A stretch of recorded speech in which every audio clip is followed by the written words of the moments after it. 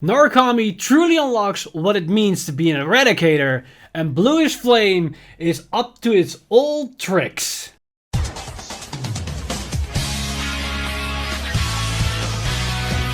Stand up! Vanguard!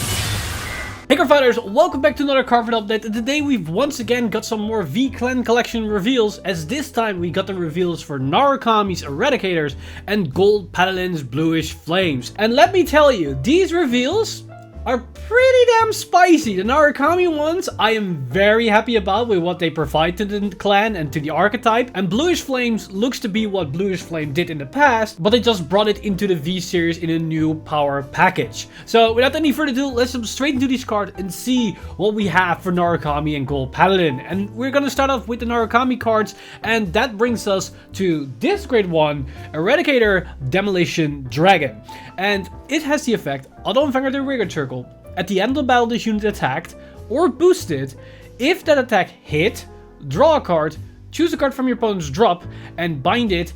If you bound the card and this unit is on the Vanguard circle, put this unit into your soul. So there are a couple things to digest here. First off, it's an unhit effect that also works when it's boosted, and that hit effect can hit into a rearguard, so it's quite versatile in how you can use this. And it gives us a draw for free and a bind from drop, which is great because if we, for example, hit into a rearguard, that rearguards get retired, and now we can also put that unit immediately from the drop into the bind zone. And as seen as we can choose a card from our opponent's drop zone, that means it can be very nasty against certain decks that utilize their drop zone for some type of toolboxing.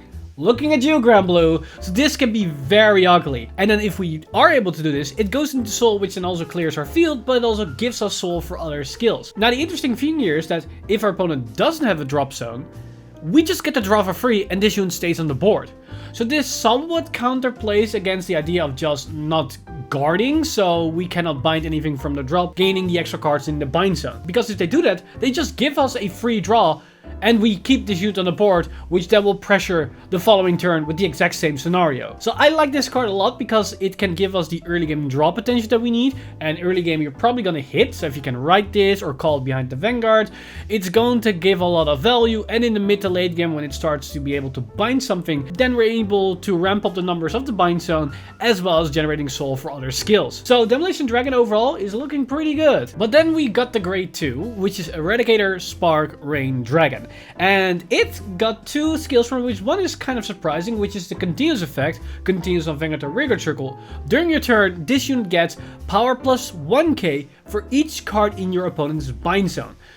Correct me if I'm wrong, but I believe this is the very first Thunderstrike-esque ability we've seen in V-Series Narukami. The only one that's somewhat similar is Vanquisher, which needs 3 cards to be bound in a single turn, but that's not really Thunderstrike because it needs to happen in a single turn. So this can be a relatively big beater, but it does demand quite a lot of cards in the bind zone. So I think in most instances it will get a plus 4 or 5k, which isn't all too great, but it does allow it to make a bit better magic numbers with the Exo Circle and other types of things involved. But it also has another effect which also opens up multi-attack, which is auto Vanguard circle. At the end of the battle this unit attacked, cost counter plus 1, choose the column this unit is in, bind all its front row rear guards, and move all of its back row rear guards to the front row of the same column. So this is a skill we've seen many times before in Narukami. It's nothing new. It binds the front row and it pulls the back row to the front row, which then opens it up for more control options. But the interesting thing about this particular skill is that it's during the battle phase. So we can bind something in the battle phase with this skill that also moves the units to the front row, and that then opens up other cards that also can bind during the battle phase. But because we can bind something during the battle phase, that means that this interacts nicely with Rising Phoenix to achieve multi-tags. So this is another card that achieves that. It's relatively cheap, and at the same time it can also be a beater because not every card that has this type of skill can also be a solid beater, which is also pretty nice. But the main kicker comes from the new grade 3, which has the community split in half, but honestly I like this card quite a lot, which is Eradicator Vowing Sword Dragon. And it got two skills from which one is kind of nutty, which is auto Vanguard circle. When your opponent's normal unit is bound other than from their deck during your turn, your opponent searches their deck for up to one card with the same card name as the bound card, they bind it and shuffle their deck. You choose one of your units and it gets power plus 5k until the end of turn. If no cards were bound, it gets power plus 10k instead of plus 5k. So what this basically does is whenever you bind a card, you can potentially get another bind for free that gets ripped straight from the deck. And you also get a little bit of power onto the board. But if your opponent doesn't want to do that, or they can't do that, you get 10k power for free on the board. So every single bind skill that binds from drop, binds from field, binds from hand, they basically now read it has the cost, it does the bind, but now it also does another bind directly from deck and gives 5k power, or it just gets another 10k power for free on top of it. Which is actually really good because you have a lot of skills within Narukami where you can accelerate the amount of binds that you can do with all the rearguards options that we have available to us. So that can mean that you can easily in a turn get free 10, 20, 30, 40, 50k power out of nowhere if they don't want to bind cards from their deck. And if they do bind cards from their deck, you're starting to ramp up the grade 2 that we just talked about, but at the same time, your opponent is also losing out on potential cards they could have used to accelerate their game plan. So probably in most cases they are going to opt to not bind a card from the deck. And that's the main thing here, is that this card gives your opponent the agency of if they're actually going to bind something, which in most cases they're probably not going to do that. But because you get that extra 10k power on every single time they choose that, it can start to get really ugly really quickly. And in V-Series it will be relatively manageable, but if you look at Premium with something like Stunverse, where you can suddenly out of nowhere bind like 8 cards, and those 8 card binds happens when you already went back into your grade 3, that means that this grade 3 will see all those binds happening, and then this skill will proc 8 times, and then they have to choose either bind even more cards from their deck or allow you to get 80k power for free on the board where you can put it wherever you want. And with Narukami having access to restanders on the rearguard, or just very powerful beaters that then become even more powerful with guard restrict, because we have some very nasty rearguards with guard restrict where your opponent cannot guard with sentinels or triggers or that kind of stuff. We even have a grade 1 that says whenever your Vanguard attacked, then you can give a unit the sentinel guard restrict. So if that unit has like 50, 60, 70, 80k power and your opponent cannot guard with a sentinel anymore,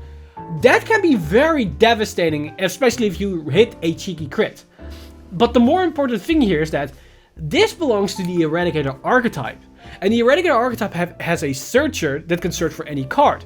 So it's very consistent to actually write this thing. And it's then also very consistent to actually go into Descendant, which can copy this skill and potentially restand. And having a restanding Vanguard that has a lot of power suddenly can be very deadly, because Descendant's main weakness was that yes, it's a restander, but it's very weak. That weakness of being weak is eliminated thanks to Vowing Sword Dragon being a thing, which is really good. But on top of that, Vowing Sword Dragon also has another effect, which is auto. When this unit is rode upon, call this card to the rearguard circle. Choose a card from your opponent's drop for every 2 cards in your damage zone and bind it.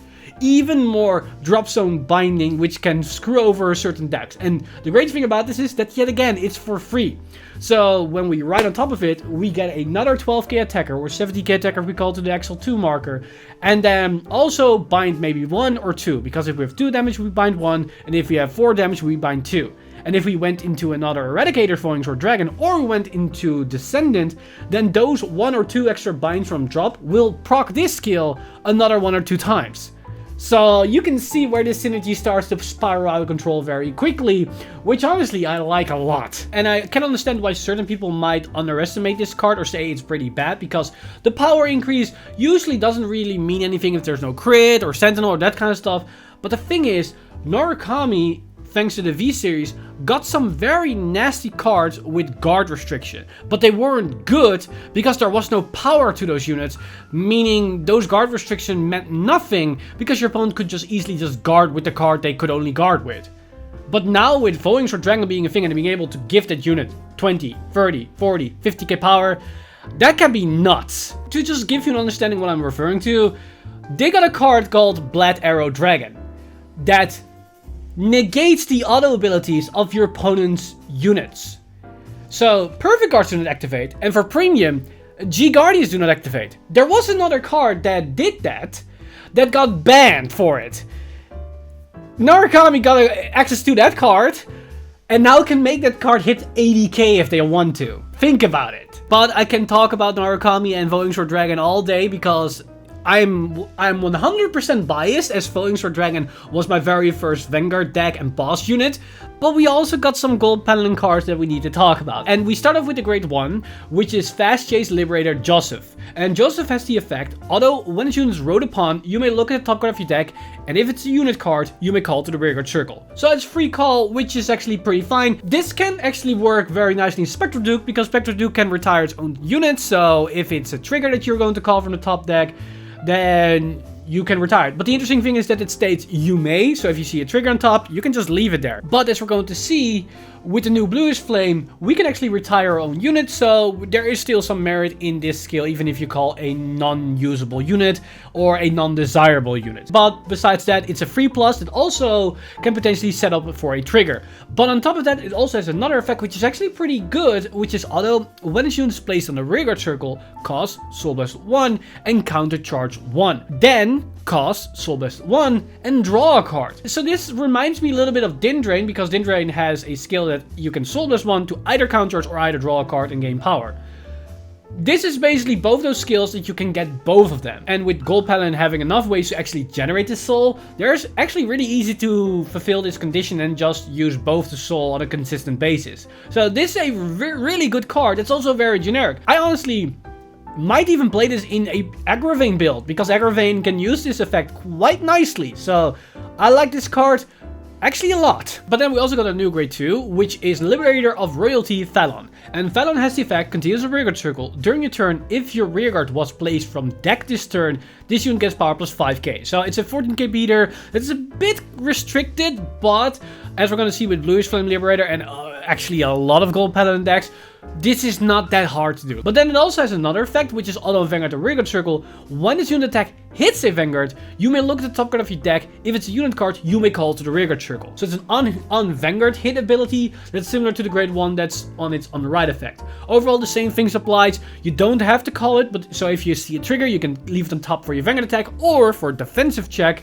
And otherwise, you can just call to the field because it can still be used for other skills. Also, a thing that can come up is that even if you call trigger to the field for just an extra weak attack, you can put them into the soul with Aglaville to just generate even more soul for Joseph in the first place. But that said, let's take a look at the new grade 3 to see what this new boss unit is going to do for the Bluish Flame archetype or deck or strategy or however you want to call it. As we've got Bluish Flame Liberator, Prominence Core. And Prominence Core has the effect, act on Vanguard Circle.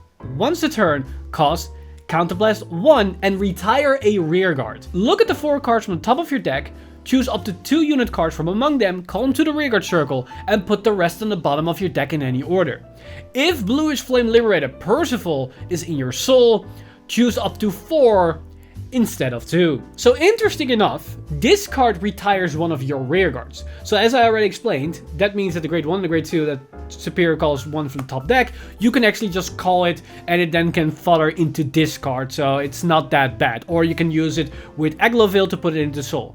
But because this card actually retires one of your units, it surprisingly works well with the Spectral Duke grade 1 and grade 2, so the Fortimer cards. Because when they get retired by one of your skills, you can put them into the soul, which then fuel Joseph, and they give you some extra value. The grade 1 gives you 5k power to the Vanguard, and the grade 2 gives us a counter charge, which effectively refunds the cost of this skill. That's pretty good. And then this skill just gives us 2 cards to the field, or potentially 4, which is actually a lot of value. It basically feels like an Agravane that doesn't need setup, is more reliable in the sense that it doesn't feel like you can die every single turn because you have a low hand size, but you do sacrifice the inherent multi-attack potential that your main Vanguard gives, because this card is all main phase fluff and no battle phase stuff that comes from your rearguards. But overall, a very powerful effect. And how I see it right now is that I would definitely see that you want to ride Percival first and then ride Prominence Core on top of it. But because Aglaville is a thing, you don't necessarily have to rely always on riding Percival first if you don't have it in your hand, because you can just potentially Superior Call from the top 4 cards with Core, and then it will then Superior Call the Aglaville, and then at the end of the turn, you're going to use Aglaville's effect to put the Percival into the soul, and then basically have next turn a full power Prominence Core, which is really good for just consistency's sake. So I like that it is synergy actually really a lot, and then Counterblast 1 to just call the top 4 of the deck is actually really good. But then it also has another effect which makes this skill even better, which is Auto and Vanguard Circle. When your rearguard is placed, until the end of turn, that unit and this unit get power plus 3k. Then, if that unit is over Liberator Aglaville, and your opponent's Vanguard is great for your greater, the original critical of this unit becomes 2.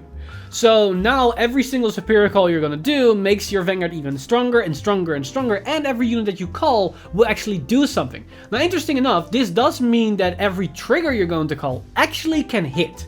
Because the trigger is 5k, it gains 3k so it becomes 8. If it's on an XL2, it's 13k. So every trigger can actually just hit your opponent's Vanguard if you're gonna put them on the front row, which is honestly not that bad. But it also makes your Prominence Core even stronger, and if we have a full power Prominence Core, we're gonna call 4 units for that 1 Counterblast, which gives Core 12k power, so it becomes a 24k beater on its own, and it can still be a good solid booster behind it. And the great thing about the critical effect with Aglaville, it basically means if you have an Aglaville in hand or you get access to an Aglaville, you will swing with a Prominence Core double critical every single turn, because the Aglaville will keep bouncing back to hand, so every time you can place it, thus giving your core that extra critical. And that also showcases the pretty good synergy between Core and Aglaville, and I believe it's called Spinwheel or Pinwheel Knight Edmund, the grade 3 variant of Aglaville, because those units bounce them back to hand, which means you have more cards to call every single turn, thus making Core stronger every single turn on a consistent basis, and those units that will attack will also become better beaters. Like an Aglaville will not become a 24k beater on an XL2, it will actually become a 27, and against other Exxon Protect decks, that's a good number to hit. So even though Prominence Core doesn't really feel like a multi-attack deck, because the Vanguard itself doesn't provide multi-attacks like Gurgwit does or like Agravane does, but it does bring a lot of value to the table, and because you don't have to rely so many cards from hand, using those skills that actually force you to discard a card feel less problematic, because you have the cards to do that. And you can rely on the multi-attack of all your rear guards, because you can call them to the field on a much more consistent basis, and it will definitely be less likely that you will run out of attacks because of Core's effect. And of course, it gives Gold Paladin access to a double critical Vanguard, which besides Spectral Duke Dragon, isn't really a thing. But that's about everything that I want to talk about today. Overall, the reveals that we got this time for V-Clan Collection, to me honestly, is very exciting. Like Narukami's Vowing Sword Dragon, I love that card so much because it opens up so many different interactions and the ways that you can design your deck. You can go for the full Eradicator budget archetype, or you can try to go for a mixed approach where you're gonna do these sneaky OTK plays with these guard restrict units that can suddenly just spiral out of control, where your opponent cannot really do anything to stop the attacks. And for Prominence Core, honestly, Gold Paladin, it's an interesting mix, because I originally thought that the Vortimer cards would basically be done after Spectral Duke Dragon, because retiring your own stuff isn't really a thing for Gold Paladin, but with Prominence Core having that specific specification to the cost, opens up the deck for a lot of interesting playability and different routes you can take to actually make the deck a beast to reckon with. So I'm very curious how far people can take those decks, and I'm very curious on what you guys think of these cards. So let me know in the comments down below what you guys think of these reveals and what you're thinking of how you want to employ these cards in your latest strategies. As always, this video has been brought to you by lovely patrons over patreon.com/DragonInsider. You guys are amazing. If you do want to support the channel or everything that's happening on the channel, you can simply go to patreon.com/DragonInsider and become a patron today. But with that said, I've been Mr. Time Leap, and I see you guys in the next one!